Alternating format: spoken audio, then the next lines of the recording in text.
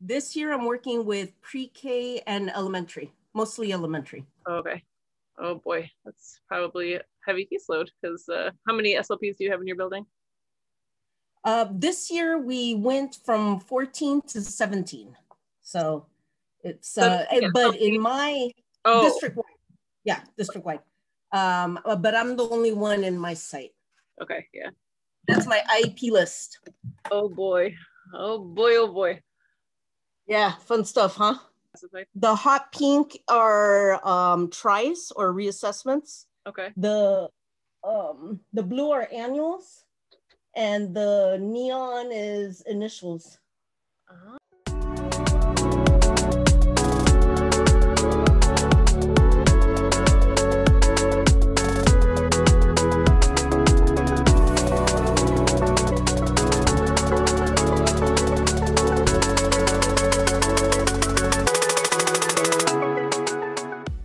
Hi everybody, it's a penny pinching pathologist back. I wanted to introduce you guys to one of my new friends since I started all of this, Liz. We kind of started at the same time learning a little bit more about retirement, and we were on a lot of the same speech boards and then became part of a lot of the same retirement groups on Facebook. And she's so fun to chat with, and we've been kind of going back and forth joking about what we're going to do today. So you're in for a treat. But Liz, could you kind of introduce yourself and maybe a little bit about what you do and how you got started? Sure. So I'm a speech language pathologist. This will be my 10th year in the district and in the career. I started off, well, the first time I heard about speech language pathology, a friend of mine, her son was receiving therapy. And I happened to come and visit, and she was like, hey, you want to help out with this? And I was like, yeah, sure, it looks like fun. And she said, you know, you would probably be a really good speech therapist. And I was like, oh, okay, well, good to know. Then shortly thereafter, I had my son, and he was tongue-tied. And the doctor at that time said that we don't clip the children who are tongue-tied anymore. And so I was like, oh, okay. And dad had been clipped as well. And then my son had his first dental appointment, and the dentist was like, oh, we could take care of that. Want to do it? Okay. And so that was right before he entered kindergarten. So when he went into kindergarten, he did have speech therapy, but he exited within that school year.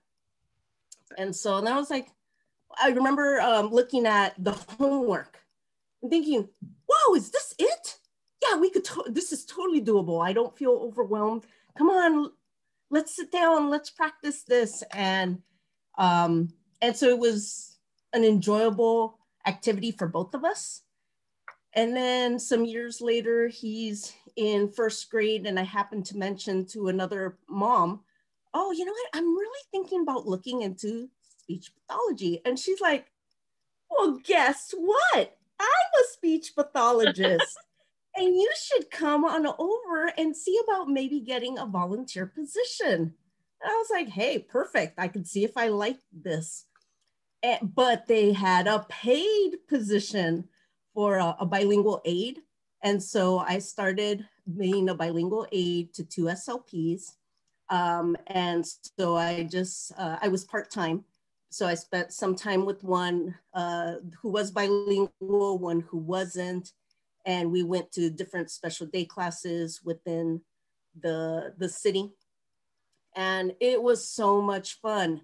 And I just remember seeing, you know, and the differences, because one was we're gonna do auditory bombardment and, you know, the note-taking, little dot, little dash, you know, and then the other one was like, okay, guys, today I brought my laundry. I have so many socks and I don't know how to put them in pairs. I need help. So can someone help me how to put, you know, let's find the ones that are alike so we can put them together and make a pair. And it was like, wow, that is so cool. I want to be one of those. And you know, with the SLP career, we have many venues that we can go into. But right then I was like, nah, schools, that's where I want to be. I want this. This is so much fun. And it didn't help, or it did help that the school schedule. So holidays, summers. So that kept me at pretty much kind of in the same calendar year as how my son was going to school. And you know, thinking tenure, oh, in the school district, benefits, what? And this career is high demand. Oh, stability. All the boxes, yes. Right? Yes. So it was like, okay, we could do this. And so that was how it all began. Awesome. The schools, and it's interesting, and I don't know how other places, you know, I mean, this is in the San Francisco Bay Area. The cohort I was in, it did have more bilingual students or people of color in it. A couple more guys than usual, right? But interestingly enough, we didn't really have a lot of bilingual things or about multicultural things, or it was a little part of a full day or maybe one day in a semester where we're going to talk about this, not necessarily totally embedded in everything. And so my little group, which were all, not all people of color, but we were all interested in multiculturalism and bilingualism. And so if there was a project we had to do, it was like, oh, let's see if we can make some kind of thing having to do with this. For example, a presentation that we made, we talked about how assumptions. So when you're thinking about someone who is, let's say, an immigrant, well, okay, but what are you assuming? Because we have our refugees who may be masters of no language because they're kept moving along from one country to another country to another.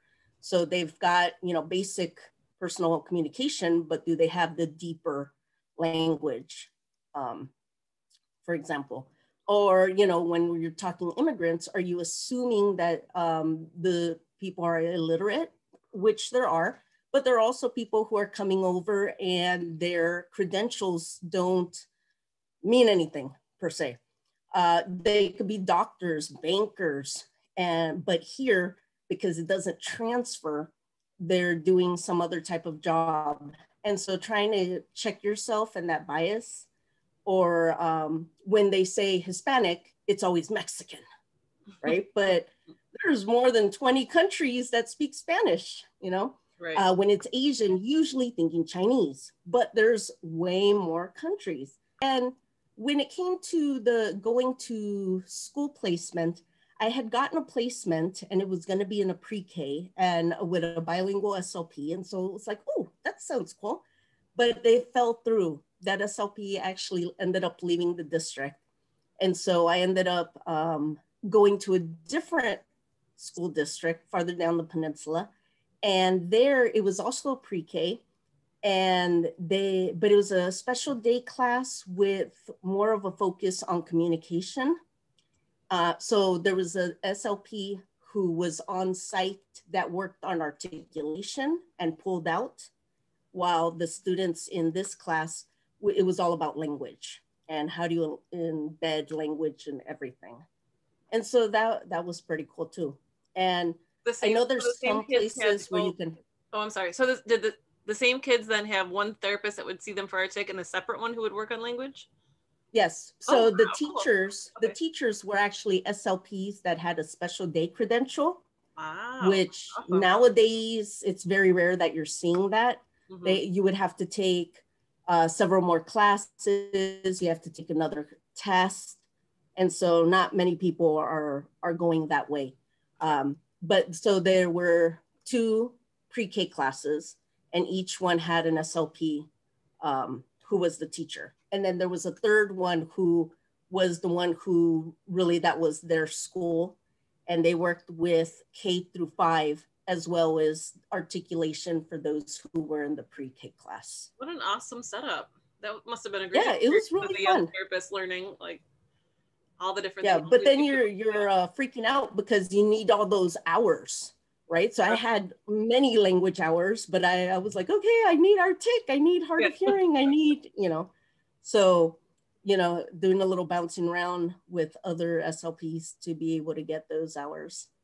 Wow, that's so interesting. I love how diverse our field really is.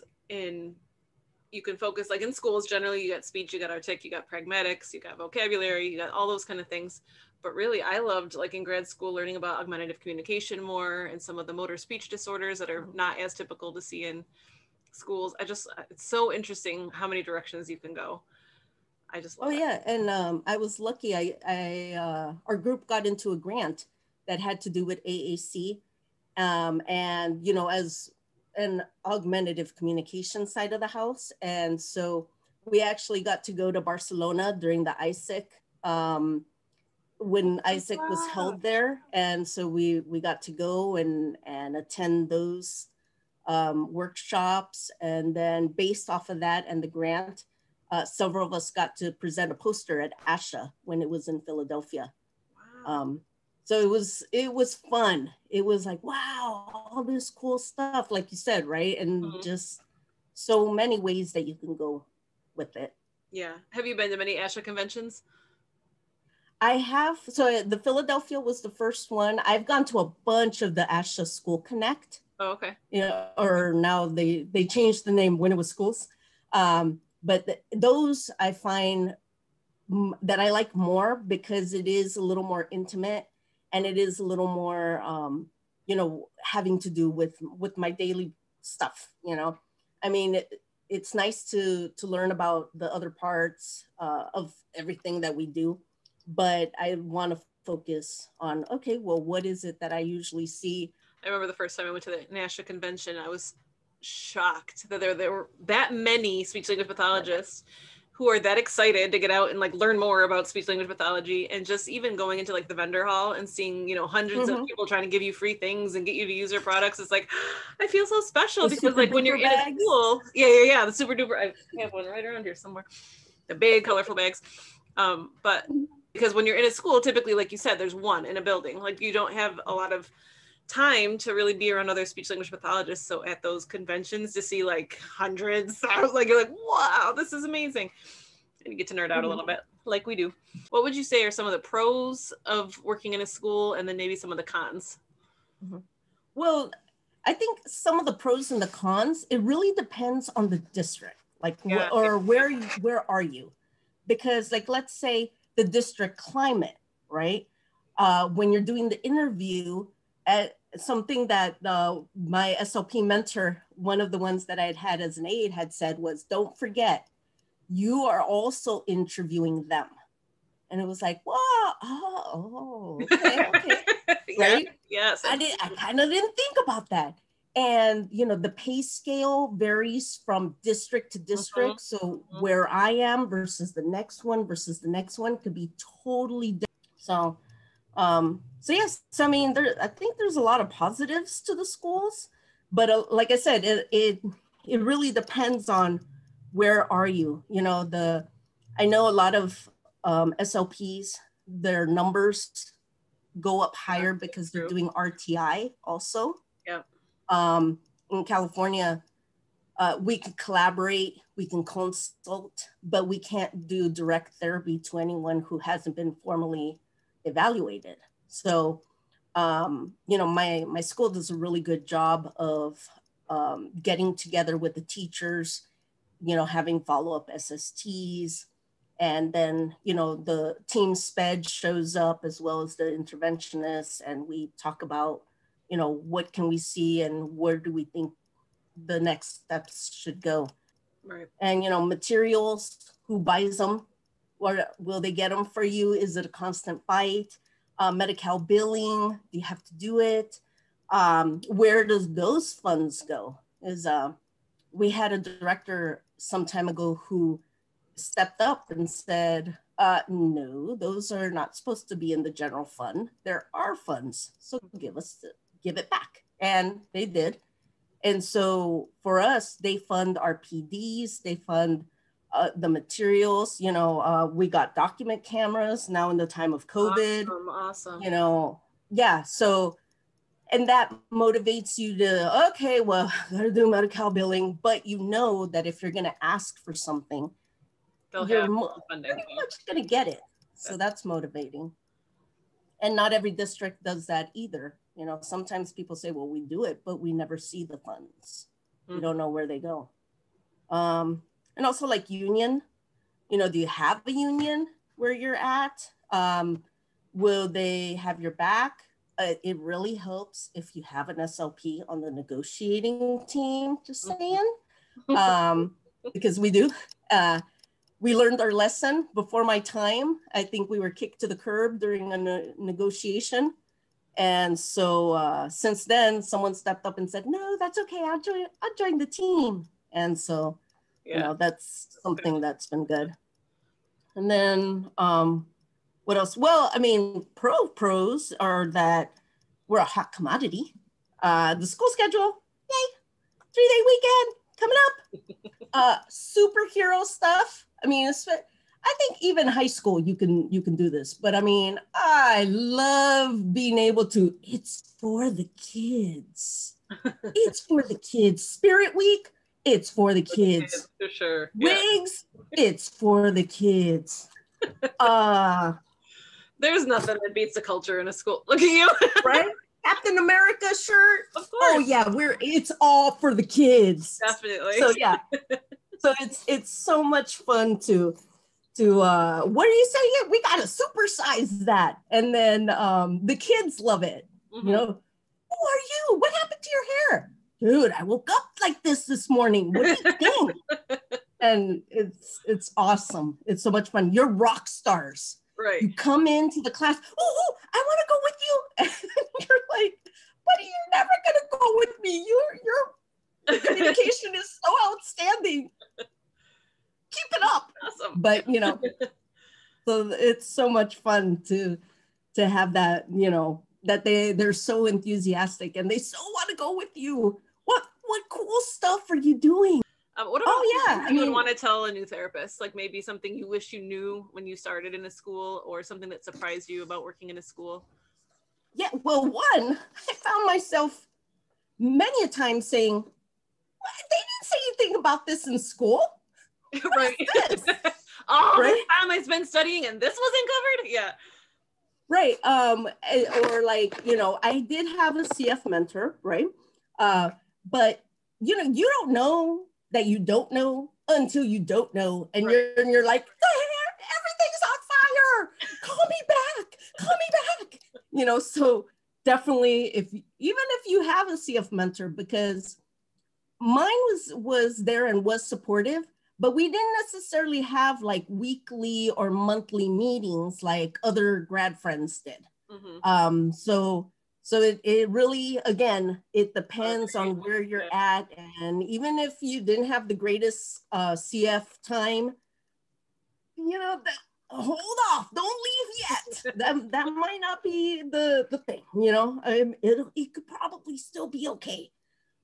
So being able to shadow someone when you get to a new district and, you know, just kind of see what the lay of the land is, making a connection with people, and don't forget your grad school friends, you know, because you do have a connection with them. So even if you're over here like, okay, I don't know about these peeps, but you can always contact them as well. And they may have, you know, through their experience, they may be able to help even more. Befriend everybody. The custodians, the office, the aides, interventionists, you know, and not only in your schools, right? But also like in the district. Just because it's not your psych doesn't mean that you can't say hi to them. And, you know, everyone comes in with different backgrounds. So it's nice to be able to have different people to go to if you have different questions. And you know that someone has more of an interest in a certain scope, right? Certain area. The EL component, you know, that's a big deal. So interpreters, using them for assessments, formal, informal, knowing the flags, like there's no TH in Spanish, Puerto Rican versus Mexican versus Guatemalan Spanish when it comes to the R, or the stress, like in Mexican Spanish, siéntate, sit down. But people from Guatemala would say sentate. And so you may not know that actually is okay, you know, if you didn't know. Also, like, are there dialect things that we know, like languages like word order, tenses, pronouns, prepositions, you know. In fact, now that I've used my Spanish so much more, the in and on, I have to take a moment. Be like, wait, which one is it? Okay. And so I remind the kids that when we're working, I'm like, remember, we do sometimes mix it up. So think about it. Which one sounds better? You know, and so a little bit of explicit, you know, instruction on that, or watch and clock, where in Spanish, we just use one word, reloj, you know, or even where do you live? Like, we don't really see a lot of snow right here. So snow equipment, you know, some of the snow season activities we may not know about, or, you know, if we don't live on a farm, we may not know some of the equipment that other people could be very comfortable and, oh yeah, that's a blah, blah, blah, you know. So the customs, like board games, we didn't play board games. Monopoly, I played, you know, as an adult somewhere. Rhymes, some I know, but like the bye-bye, black sheep, that's like all I know of it. We just didn't grow up on this stuff, right. You know? So, or like I was reading a book at one time and it talked about tiddlywinks, right? And I'm like, that doesn't even sound right. Should I be reading this? This is a little What does that mean? What kind of game is this? That's the way. Yeah. Right. So things like that, or dish leveled, which I still trip over that word. I always thought it was this leveled because as I read it, and just yeah. And can you pronounce it again? Is it disheveled? You're saying? Yes. Disheveled. Okay. I always messed that one up because as I read is how I learned that word. Gotcha. And I was in a maybe SST or IEP or something, and someone said it, and I was like, "Was that the word? Is that how you?" I kind of like my version better. You know, so like, ooh, I've been messing that up all this time. Okay. But that's a great, you know, with just vocabulary when you were talking about snow and all of it. Like going into the field, you give a vocabulary test and you're like, oh, they didn't get, you know, they didn't know these words. But you also have to be aware of what their exposure is and what they're functionally using in their setting. And is it even necessary for them to know that? So just to have that awareness. Or pliff. What's that? Right? A pliff. Oh, yeah. I was like, oh, is that a pliff? Okay. Yeah. Now I know. Even some of myself, like following directions when they get to a certain point, I'm like, God bless you, child. I don't know that I'd be able to follow all those directions and remember all that. Yeah. Trying hard to just like, okay, did they do everything? Did I check it out? Looks good. Right. And like you had said about caseload, right?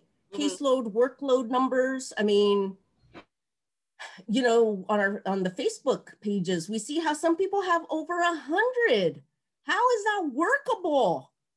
You know, so being kind to yourself and, you know, putting boundaries, homework, you know, okay, I am done for the day. I need to step away. It will all still be there tomorrow. And I have to say that was really hard, especially in the beginning years when we also had IEP days, and at 3 a.m. in the morning, we're texting each other, dude, I need you to get off that page. I got to get in and upload, you know, update something.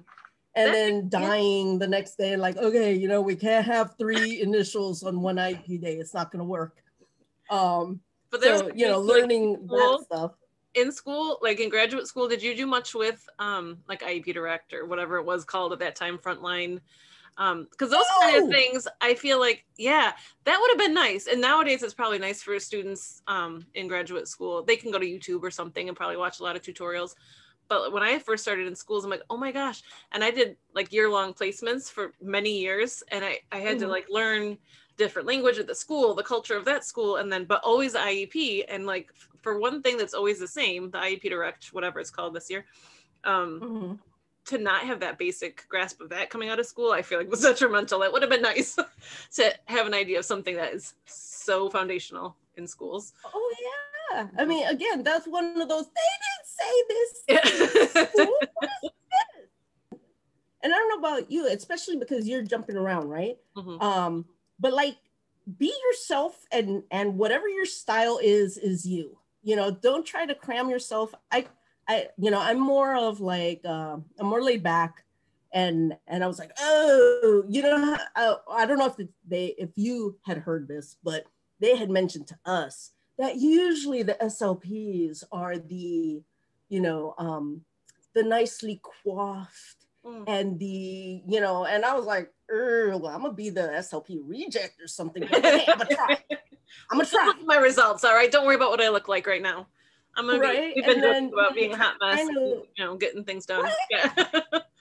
Trying to run across, you know, the campus in your nice shoes. I was like, you know what? I'm done. Yeah. I'm going back to jeans. I'm going back to the Nikes. I need to move. I don't have time for this other stuff. So, you know, whatever your style is, you know, go with it. I think that helps. And then, you know, again, like the retirement, right? We could go on and on. I feel like, no, that's okay. I just feel bad taking your time. But we may end up splitting this into 2 videos because I don't know if anyone else is going to sit through an hour and a half of us talking speech stuff. But thank you so much. I appreciate you taking the time to kind of go over all of this. And I'm sure we'll be seeing each other all over the place. And now maybe whenever this Connect thing happens, I'll be looking for it. Right? Yeah. And again, thank you. Because like I said, it was, when you posted that, I was like, notifications on. And then I'm like, where? Join. Huh? Join. You know, and then like, me too. We were doing that together. I didn't know. Yeah. That's so funny. I'd see you pop up in the same groups that I had just liked. I'm like, oh, she beat me to this one. But I appreciate it because we're going to keep telling each other, you know, what we're learning. And I feel like that's what we should all do. I mean, in schools and speech, just we got to help each other. I mean, there are some amazing resources out there that can help us easily get to retirement. Why not? And if you knew about it. Yeah. Why not spread the word and help each other? It doesn't hurt anyone. So, well, thank you. I appreciate it. And I'm sure we'll be talking soon. Have a great night. Thank you. You too. All right. See you later. All right. Have a good one. You too. Bye.